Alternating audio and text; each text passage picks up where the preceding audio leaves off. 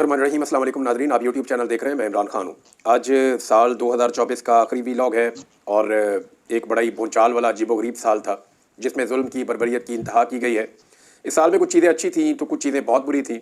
मिसाल के तौर पर जाते जाते 26 नवंबर को जिस तरह का कत्लेआम पाकिस्तान के शहरियों का इस्लामाबाद में किया गया, पाकिस्तान की तारीख में ऐसी चीज़ों की मिसाल नहीं मिलती। और ये कोई पहाड़ों में दूर दराज इलाकों में नहीं किया गया।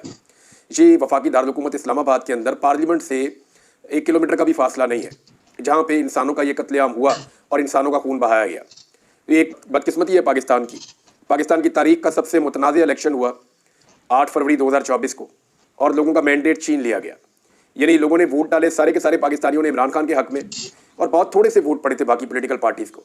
जिस पार्टी को 17-18 सीटें मिली थी उनका वज़ीर-ए-आज़म बना दिया गया, और जिस पार्टी को पूरे पाकिस्तान ने 2/3 अक्सरियत से ज़्यादा दिलवाई थी उस पार्टी को दीवार के साथ लगा दिया गया और फॉर्म 47 जारी करके हुकूमत छीन ली गई। बहुत सारी चीज़ें हुई, जुल्म हुआ, बर्बरियत हुई, ख़वातीन को गिरफ्तार किया गया। इस साल में एक मुतनाज़ आइनी तरमीम के लिए पीपल्स पार्टी जैसी जमात ने जमहूरियत की धज्जियाँ उड़ा दी। ब्रूट मेजॉरिटी का नाम लेकर और डंडे वाली जमहूरियत का नाम लेकर बेनज़ीर भुट्टो का बेटा आइन पर चढ़ दौड़ा और उसने आइन की, इंसानियत की, इंसानी हकूक़ की उसने धज्जियाँ उड़ाई और एस्टेब्लिशमेंट के एक टाउट का किरदार अदा किया बेनज़ीर भुट्टो के बेटे ने। ये बहुत हैरत अंगेज़ चीज़ थी मेरे लिए, लेकिन ये सदमा भी हमने बर्दाश्त किया इस साल में। और बहुत सारी चीज़ें हैं, लेकिन कुछ चीज़ें अच्छी हैं। यानी एक तो ख़वातीन को भी अगवा किया गया, बच्चों को भी अगवा किया गया, लेकिन अच्छी बातें ये हैं वो ये है कि पाकिस्तान की आवाम की आंखों का जो ऑपरेशन चल रहा था वो बड़ी कामयाबी से इस साल भी जारी रहा है। पाकिस्तान के लोगों ने असल मुजरिम को पहचाना है। पाकिस्तान के लोगों ने पहचाना कि पाकिस्तान यहाँ तक 70 सालों में क्यों पहुँचा। पाकिस्तानियों को इस बात का अंदाज़ा हुआ कि सियासतदान तो सिर्फ सामने दिखाई देते हैं, असल में तो पाकिस्तान की एस्टेब्लिशमेंट के फैसले हैं जिनका खुमियादा सारे के सारे पाकिस्तानी भुगत रहे हैं। तो इस नुक्ता नज़र से पाकिस्तान के लिए 2024 अच्छा साल था कि लोगों को हक़ाइक़ का पता चला। लेकिन अगर जुल्म, बर्बरियत और जबर के अतबार से आप देखें तो एक बदतरीन साल था। 2024 की कुछ चीज़ें मेरे पास हैं, मैं आपके साथ शेयर करूँगा, लेकिन जाते जाते भी इस साल में एक और बुरी खबर यह है कि खालिद खुर्शीद जो साबिक वज़ीर आला हैं गिलगित बल्तिस्तान के, उन्हें भी सज़ा सुना दी गई और उन्हें 34 साल की सज़ा सुनाई गई है। आप अंदाज़ा कीजिए कि इस शख्स के ऊपर निज़ाम को कितना गुस्सा होगा। वजह यह है कि खालिद खुर्शीद उन चंद लोगों में से एक है जिन्होंने निज़ाम के सामने सरेंडर करना तो बहुत दूर की बात है, थोड़ा सा कंप्रोमाइज़ करना भी बर्दाश्त नहीं किया। ये वो वाहिद आदमी है जो इस्लामाबाद आता था और एजेंसियाँ और इदारे मिलकर भी चाहते थे इसको गिरफ्तार नहीं कर सकते थे। इस शख्स ने डट कर इमरान खान साहब का साथ दिया, उनके मौक़िफ़ के साथ खड़ा हुआ और सज़ा के तौर पर इसको नाअहल करवाया गया। फिर इसकी हुकूमत गिरा दी गई। पाकिस्तान तहरीक इंसाफ दोबारा अपना वज़ीर आला मुंतखब करना चाहती थी तो वहाँ पे असेंबली बंद कर दी गई। उस वक्त इस शख्स ने जो तकरीर की उसके नतीजे में इसको आज 34 साल की सज़ा सुना दी गई है। और ये शख्स ये कहता है कि मैं दोबारा वही बात करूँगा। फिर वीडियो आई, वो वही बात कर रहा है। तो मेरा ये मानना है कि ये आदमी पहाड़ जैसा हौसला रखता है, बल्कि इमरान खान के साथ खड़े होने के लिए जितनी कुर्बानी इसने दी है और जिस बहादुरी के साथ ये खड़ा हुआ है, शायद सब लोग ऐसे खड़े नहीं हो सकते। इमरान खान साहब का स्टेटमेंट है, पहले वो मैं आपको बता देता हूँ क्योंकि ये फैसल चौधरी साहब के जरिए से बाहर आया। फैसल चौधरी साहब का ये कहना है कि इमरान खान साहब कह रहे हैं कि ISPR का मौक़िफ़ दुरुस्त नहीं है। TTP से मुज़ाकरात की हिकमत अमली जनरल बाजवा ने बनाई थी। इमरान खान साहब ने बहुत क्लियरली ये कह दिया। 6 वकील जाकर मिले इमरान खान साहब से जेल के अंदर, और इमरान खान साहब के खिलाफ मुकदमात की जो सीरीज़ चल रही है वो सारी चीज़ें फिर वहाँ डिस्कस होती रहती हैं। और ज़्यादातर जो मुकदमात इमरान खान साहब के हैं या इमरान खान साहब के कारकुनों के हैं या बाकी लीडर्स के हैं, उनकी कोई हकीकत नहीं है, कानूनी हकीकत नहीं है, सारे सियासी नौयत के मुकदमात हैं। 2024 में सियासी नौयत के मुकदमात बनाने की भी एक भरमार रही। मेरे लिए 2024 का 2 वाक़यात सबसे खौफनाक है ज़ाती तौर पे अगर मैं ये कहूँ तो। एक जिसकी मुझे हमेशा तकलीफ रहेगी कि मैं एहराम में जा रहा था हज करने के लिए, और उससे पहले इंटेलिजेंस के कुछ लोग मुझे मिले थे चंद दिन पहले, और उन्होंने मुझे यकीन दहानी करवाई थी कि आपको ये सिस्टम अब नहीं रोकेगा। आप अदालत से अगर परमिशन ले लेते हैं तो इमरान साहब अब आपको कोई नहीं रोकेगा। जो विक्टिमाइज करने की हमारी पॉलिसी थी वो बदल चुकी थी। ये मुझे दावा किया ऑफिसर्स ने, एजेंसियों के अफसरान ने, और वो मुझे कहते जी हम अचानक यहाँ पे आ गए। मैंने कहा यार अचानक तो आप कहीं पे भी नहीं आते। बोले आपने कहना क्या है? तो उन्होंने कहा जी आप जो है वो बेफिक्र हो जाएं, अभी पॉलिसी बदल रही है। मैंने कहा जी जब बदलेगी तो देखेंगे। बहरहाल उन्होंने मुझे ये कहा बातों बातों में कि आप हज पे जा रहे हैं। मैंने कहा जी बिल्कुल, मैंने अदालत से रुजू किया हुआ है। तो जी हम आपको पेशगी मुबारकबाद देते हैं कि आप हज पे जा रहे हैं और आप ज़रूर हज पे जाएंगे। मैंने कहा जी हज पे तो मैं चाहूँगा, मैं पूरी कोशिश करूँगा, लेकिन मुझे नहीं लगता कि आप लोग जो है वो इसके लिए राज़ी हैं या ज़हनी तौर पर आप तैयार हैं। तो उन्होंने कहा नहीं हमारी पॉलिसी बदल गई, आप बेफिक्र रहे हैं सर, आप ज़रूर हज पे जाएंगे। मैंने कहा मैं तो पिछले साल भी नहीं जा सका। तो जिस तरह मेरे साथ वो सलूक किया गया, उसको 2024 के इस सलूक को मैं सारी ज़िंदगी नहीं भूलूंगा। पाकिस्तान की तारीख में कभी किसी के साथ 70 साल में ये नहीं हुआ जो इन्होंने घटिया और गंदी और बेहुदा हरकत की है, बेशरम। मुझे यकीन करें अगर मुझे गालियां देने वाला मैं इंसान होता तो मैं गंदी गालियां नंगी देता, और मुझे पता है किसके ऑर्डर के ऊपर हुआ है, लेकिन अल्लाह रब्बुल इज़्ज़त देख रहा है। दूसरी चीज़ ये है कि मुझे ये लगता था कि चलो गिरफ्तार कर लेना, ये सारा कुछ कर लेना, इतना मार्जिन मैंने रखा हुआ था कि शायद रियासत एक लेवल से आगे नहीं लाएगी, लेकिन जब ये कत्लेआम हुआ नवंबर में और जिस तरह के हालात मैंने सामना किया, यही वक्त आएगा मैं बताऊंगा कि मैं किस तरह अपनी जान मेरी बची है। और अल्लाह रब्बुल इज़्ज़त जान बचाने वाला है, मारने वाले से तो बहुत बड़ा है ना वो बचाने वाला। तो इस साल जिस तरह की सूरत मैंने देखी कि कोई किसी की जान क्यों ले सकता है सिर्फ इसलिए कि उसका पॉइंट ऑफ व्यू अलग है, इस लेवल तक नफरत ये भी मैंने इस साल देखा। तो ये दो चीज़ें तो मैं कभी भूल नहीं सकता। बहरहाल बाकी खबरों की तरफ आ जाए। इमरान खान साहब ने मजीद क्या कहा। इमरान खान ने मुज़ाकरात में सानिया 9 मई और 26 नवंबर एहतजाज पर जुडिशल कमीशन बनाने का मुतालबा दोबारा दोहराया है। हमारे 21 कैदियों को जमानतें मिली हैं। फैसल चौधरी के मुताबिक इमरान खान ने कहा कि ISPR का मौक़िफ़ दुरुस्त नहीं है। तालिबान एस्टेब्लिशमेंट के मामले पर जनरल बाजवा ने हिकमत अमली दी थी। अफगानिस्तान का मसला मुज़ाकरात से हल होगा। बातचीत एक मौसर रास्ता है मामला को हल करने के लिए, मगर यहाँ स्पेशल वफद काबुल भेजते हैं और दूसरी तरफ बमबारी कर देते हैं। फैसल चौधरी ने कहा कि मिलिट्री अदालतों से सजाएं मुतनाज़ हैं। इन ट्रायल में इंसाफ होता नजर नहीं आता। इन ट्रायल में शफाफियत का अंसर गायब होता है। पाकिस्तान के आइन की हिफाजत की जाए और ह्यूमन राइट्स का ख्याल रखा जाए। हम मुज़ाकरात में रियायत नहीं मांगते, हम इंसाफ मांगते हैं। हमारे लीडर की सियासी टारगेटिंग हो रही है। हम हुकूमत की संजीदगी देखने के लिए 31 जनवरी तक की डेडलाइन दे रहे हैं। पूरा महीना पड़ा है, अभी तो आज आखिरी तारीख है दिसंबर की, कल से ये टाइम पीरियड शुरू हो जाएगा। 1 महीना और है, और 1 महीना बहुत होता है अगर नीयत हो मुज़ाकरात करने की। तो फिर इमरान खान साहब ने जो है वो पूरे आज़म के साथ इमरान खान साहब खड़े हैं, ये बताया उनके वकील ने। और ये साल एक मुश्किल तरीन साल था, लेकिन अगले साल के लिए इमरान खान साहब कह चुके हैं कि अगला साल कामयाबी का साल है और हकीकी आज़ादी का साल है और लोगों को उनके हकूक मिलेंगे। अलीमा खान साहब ने भी इशारा दिया कि इमरान खान साहब बाहर आएंगे और वो विक्ट्री का साइन बनाने की बजाय शायद मुक्का लहराएंगे। इमरान खान साहब को जब गोलियां लगी थी तब भी उन्होंने मुक्का लहराया था। और इमरान खान के साथ जो जुल्म और जबर हुआ इसके बावजूद वो झुके नहीं, ये उनकी एक बहुत बड़ी कामयाबी है। अब पूरा निज़ाम इमरान खान साहब की मिन्नतें कर रहा है क्योंकि उनको छोड़ना मजबूरी बन चुकी है। और कितने मुकदमे दर्ज कर सकते हैं बताएं ना। 250 से ज़्यादा मुकदमे इमरान खान साहब के खिलाफ दर्ज हो चुके हैं। 95% से ज़्यादा मुकदमात में इमरान खान साहब अपने आप को निकाल चुके हैं। ये थोड़े से मुकदमात 2-4 रह गए हैं। इन मुकदमात में भी इमरान खान साहब ने आने वाले 1-2 महीनों में निकल जाना है। तो फिर और मुकदमात डाल दिए जाएंगे। कैसे डालेंगे और मुकदमात, उसको जस्टिफाई कैसे करेंगे। जो बाइडन के दौर में तो आपको जस्टिफाई करने की जरूरत नहीं थी क्योंकि जो बाइडन इंतजामिया सपोर्ट कर रही थी पाकिस्तानी एस्टेब्लिशमेंट को, हुकूमत को। लेकिन अब जब वो सपोर्ट हट गई है तो नए मुकदमा डाले नहीं जा सकते, पुरानों में जेल में रखा नहीं जा सकता। तो अल्टीमेटली इमरान खान ने बाहर आना है।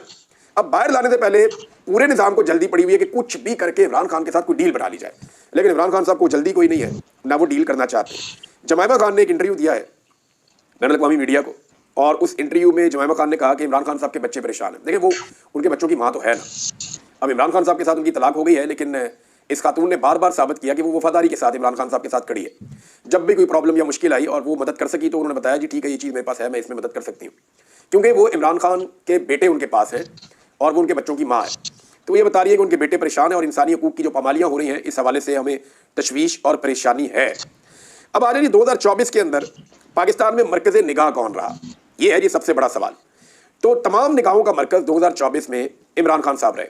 कोई और इतना मकबूल पाकिस्तान में नहीं हो सका जितने मकबूल इमरान खान साहब हुए 2024 में। 2025 में शायद ये मकबूलियत इससे भी ऊपर जाएगी।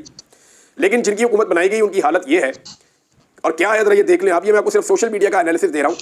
अशर बाजवा साहब ने ये किया है, बड़ा कमाल काम करते हैं। उन्होंने तमाम चैनल्स की व्यूअरशिप इकट्ठी की, जितने मेन स्ट्रीम मीडिया है उनके भी सारे व्यूज इकट्ठे किए, और वो सबको लगाने के बाद यानी 8,26,000 से जायद वीडियोस अपलोड की गई हैं। 8,26,000 से जायद। इतने ज्यादा डाटा का एनालिसिस करना और इकट्ठा करना ये बहुत मुश्किल काम है, लेकिन क्योंकि वो एक्सपर्ट है, वो इसके सॉफ्टवेयर को जानते हैं, तो उन्होंने ये सारा डाटा इकट्ठा किया और उस डाटा की बुनियाद के ऊपर एक एनालिसिस हमारे सामने रख दिया है जो फैक्ट बेस है, जो फैक्चुअल है, और इसका ये पूरा एक चार्ट भी मौजूद है। उन्होंने बताया पॉलिटिकल फिगर्स की अगर आप बात करें ना, तो पॉलिटिकल लीडर्स के दरमियान जितने भी व्यूज थे उनका 63% अकेले इमरान खान साहब ने लिया। जितने भी व्यूज थे अकेला इमरान खान जेल में बैठा, एक लफ्ज नहीं बोला, एक तस्वीर बाहर नहीं आई, फिर भी 63% आप अंदाजा करें। वो खुदा की पनाह, जो बंदा बाहर हो, बात कर रहा हो, लोग उसको सुन रहे हो, वो दिखाई दे रहा हो, तब तो मानते हैं जिसके व्यूज आ रहे हैं। एक बंदा मौजूद ही नहीं है, आपने उसकी कोई वीडियो नहीं देखी, आपने उसकी ऑडियो नहीं सुनी, उसकी पुरानी वीडियो, पुरानी ऑडियो और पुरानी तस्वीरों के ऊपर जो व्यूज मिले हैं वो 63% है पाकिस्तान के टोटल व्यूज के। यानी ये लगभग 8.25 लाख वीडियोस हैं और उनमें 63% व्यूज उस बंदे को मिल रहे हैं जो पूरा साल दिखाई नहीं दिया, नजर ही नहीं आया, सुना ही नहीं दिया। 63% से ज्यादा व्यूज, जबकि बाकी पॉलिटिकल पार्टी के सबके मिलाकर 37% है। नवाज शरीफ 13, 3 दफा का वज़ीर आज़म, मरियम नवाज 11, जबरदस्ती की वज़ीर आला पंजाब, शहबाज शरीफ 5, बिलावल और मौलाना फजल रहमान 3-3 और जरदारी 2%। ये औकात है बाकी पॉलिटिकल लीडर्स की इमरान खान के सामने। अब आ जाए जरा पाकिस्तान तरीके इंसाफ के टाइटल वाली वीडियोस के व्यूज और बाकी पॉलिटिकल पार्टीज के वीडियोस की व्यूज। अब इसमें भी एक चार्ट मौजूद है हमारे पास सामने। 78% ऑडियंस, 78% ऑडियंस पाकिस्तान तरीके इंसाफ के साथ, उनके व्यूज के साथ है, उन्हें देख रही है। जबकि बाकी जो ऑडियंस है उसमें, ये डाटा मेरे सामने है, मैं आपको पढ़ के सुना देता हूं। नून लीग को जी 13% व्यूज मिले हैं टोटल मिलाकर, पीपल्स पार्टी को मिले हैं जी 5%, एमक्यूएम को मिले हैं जी 2%, जमीयत उलमा इस्लाम फजल रहमान साहब को मिले हैं जी 1%, और तरीके लब्बैक पाकिस्तान को मिले हैं जी 1%, और आईपीपी को मिले हैं जी 0%। जमात इस्लामी जो जेल में बैठे हुए आदमी से उनके अमीर कह रहे हैं कि तुम गारंटी दो कि इसराइल को नहीं मानते, और जो हुक्मरान में बैठे हुए, हुकूमत में बैठे हुए, उनसे वो गारंटी नहीं मांग रहे, उनसे बात नहीं कर रहे, और जेल में बैठे हुए आदमी को टारगेट कर रहे हैं एस्टेब्लिशमेंट के कहने के ऊपर। आप अंदाजा कीजिए, बड़ी अफसोसनाक बात है। तो जमात इस्लामी के भी 0%। जब इस तरह के काम करेंगे तो यही होगा, यानी जो टोटल व्यूज हैं उनका 0% तकरीबन बनता है, 1% से भी बहुत कम। ये जनाब जमात इस्लामी को मिला है। ये है जी इस वक्त इमरान खान साहब की मकबूलियत जब 2024 का आखिरी सूरज गरूब हुआ। एक और जनाब 2024 का कारनामा पाकिस्तान की जानिब से, पाकिस्तानी हुकूमत और इदारों की जानिब से, और वो कारनामा है इंटरनेट की बंदिश। और इसके ऊपर भी एक डाटा है, ये डाटा भी अब सर्कुलेट कर रहा है और ये फैक्चुअल बेस्ड है कि दुनिया में सबसे ज्यादा इंटरनेट किस मुल्क ने बंद किया। तो जनाब पाकिस्तान इस रेस में दूसरे नंबर पे आया। थोड़ी सी और मेहनत करते ना, चंद घंटों के फर्क से पाकिस्तान पहले नंबर पे आ जाता। थोड़ी सी और कोशिश करते और इंटरनेट को मजीद बंद करते तो पाकिस्तान पहले नंबर पे आ सकता था, क्योंकि थोड़े से फर्क के साथ म्यांमार एक मुल्क है जिसको आप बर्मा के नाम से जानते हैं, पुराना नाम बर्मा है, नया नाम म्यांमार है। यहाँ पे इस वक्त फौजी हुकूमत है, डिक्टेटरशिप है। वहां पे जो इंटरनेट की बंदिश है वो पाकिस्तान से थोड़े से नंबरों से जीत गए हैं। पाकिस्तान दूसरे नंबर पे आ गया है पूरी दुनिया में। ये कारनामा भी पाकिस्तान की इस हुकूमत ने, एस्टेब्लिशमेंट ने और मौजूदा रजीम ने किया है। इंटरनेट शटडाउन के दौरानिए के लिहाज से दुनिया भर में दूसरे नंबर पे 2024 में पाकिस्तान, और बर्मा या म्यांमार जो है वो पहले नंबर पे है। वहां के सियासी रहनुमाओं और मीडिया पर सख्त पाबंदियां हैं, लोगों को जेलों में डाला गया है वहां पे, तो वो हमसे आगे जा रहा है, दुनिया में दूसरे नंबर पे हम है। इंटरनेट शटडाउन में पाकिस्तान ने 1861 घंटे तक इंटरनेट को बंद रखा है पाकिस्तान में, और म्यांमार से बहुत थोड़ा सा फर्क है कि हम उससे बहुत थोड़ा सा पीछे हैं। डिजिटल मईशत को और अवामी राब्तों को बुरी तरह तबाह किया इस बंदिश ने। इसका जो बिजनेस और फ्री लांसर्स को नुकसान हुआ है वो $351 मिलियन का नुकसान हुआ है। सऊदी अरब को हमने जो अभी बेचा ना रेकोडेक का 15%, वो हमने लगभग 500 कुछ मिलियन का बेचा है। तो 351 मिलियन का नुकसान हमने यहाँ पे अपना मुंह काला किया, इंटरनेट बंद कर करके। सारी दुनिया में अलग बदनामी हमारी हुई है। और ये जो सऊदी अरब को हमने बेचा है ना रेकोडेक, इसकी कहानी मैं आपको पूरी बताता हूँ कि ये एक्चुअली है कितने का, हमने बेच कितने का दिया, और ये हुक्मरान कर क्यों रहे हैं, और ये क्यों सऊदी अरब को राजी करना चाहते हैं, किस मकसद के लिए करना चाहते हैं, और ये कितने का सोना था जो हमने कितने में दे दिया। और इसके अंदर खाली सोना नहीं है, इसमें कॉपर भी है। इस माइन की मालियत कितनी है आप गूगल करके देख लें, आपको आइडिया हो जाएगा। आप सर पकड़ के बैठ जाएंगे कि कौमें फरोख्तंद बचे अर्जा फरोख्तंद, कि कौम बेच दी और इतनी सस्ती बेच दी। ये फारसी का एक शेर है, मुझे याद था, मैंने आपको सुना दिया साथ ही। बहरहाल जनाब सबसे बड़ा नुकसान है जो एशिया के ममालिक को हुआ, उनमें सबसे बड़े नुकसानात में से एक नुकसान ये है कि तकरीबन 83 मिलियन इंटरनेट सारिफीन जो हैं इन बंदिशों से मुतासिर हुए। इससे कारोबार मुतासिर हुआ, तालीमी सरगर्मियाँ मुतासिर हुई, ऑनलाइन सरगर्मियाँ जितनी भी हैं वो मुतासिर हुई, लोगों के राब्ते मुनक़ता हो गए। जो डिजिटल मईशत है वो डिजिटल दहशतगर्दी के नाम के ऊपर तबाह कर दी गई। यानी डिजिटल टेररिज्म की एक टर्मिनोलॉजी हमने सुनी ना, फिर मैंने देखा पाकिस्तान में जैसे इंटरनेट को बंद किया गया तो उसकी बुनियाद के ऊपर पाकिस्तान की जो डिजिटल मईशत है या डिजिटल इकॉनमी है उसको बुरी तरह तबाह किया गया है। और इसके बाद जो पाकिस्तान के टैलेंट के साथ हुआ, जो पाकिस्तान से लोग पैसा लेकर पाकिस्तान से बाहर भागे, ये रीजन होते हैं ना।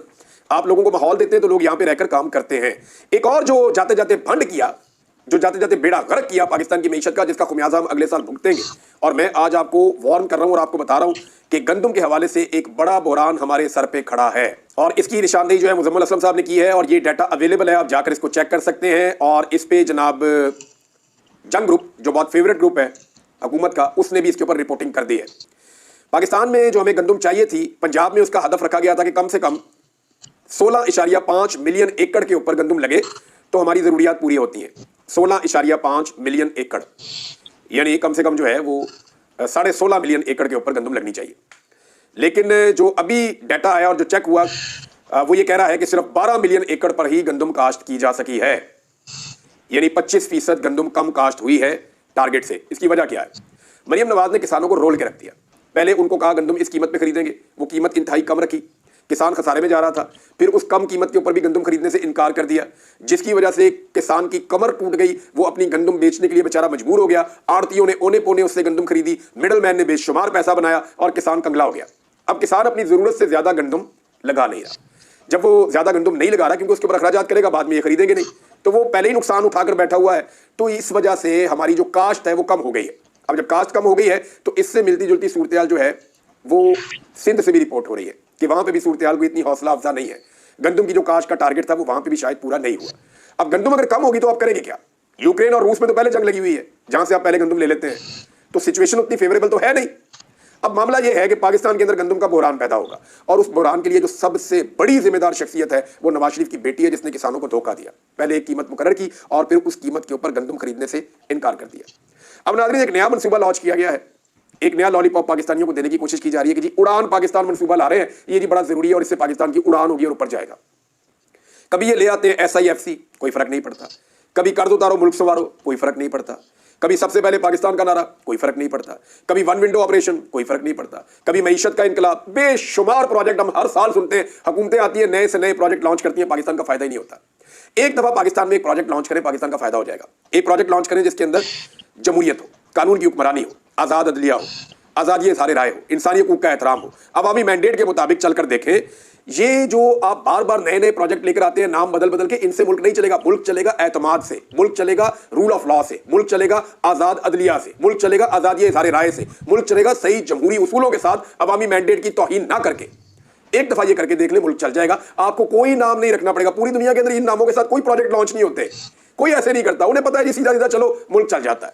ये यहां पे रोजाना एक नया चूरन लेकर आते हैं, आवाम को चटाते हैं, थोड़े अरसे के बाद पता चलता है कि हमें फिर हमारी जेब दोबारा कट गई है। ये इसी तरह करते हैं, तो इसका भी कोई फायदा नहीं होगा। बहरहाल ये जरूर होगा कि पाकिस्तान के मीडिया को इश्तिहारात मिलेंगे, आधे आधे सफ़े का इश्तिहार छपेगा, टीवी के ऊपर जो है वो कवरेजेस होंगी, मीडिया का पेट भरेगा, मीडिया के एंकर्स हम लोग बैठ के कहेंगे वाह जी वाह, कमाल कर दिया, कमाल का मनसूबा आ गया। एक राय बनाने की कोशिश करेंगे और आवाम के साथ अगली डकैती की तैयारी हो जाएगी।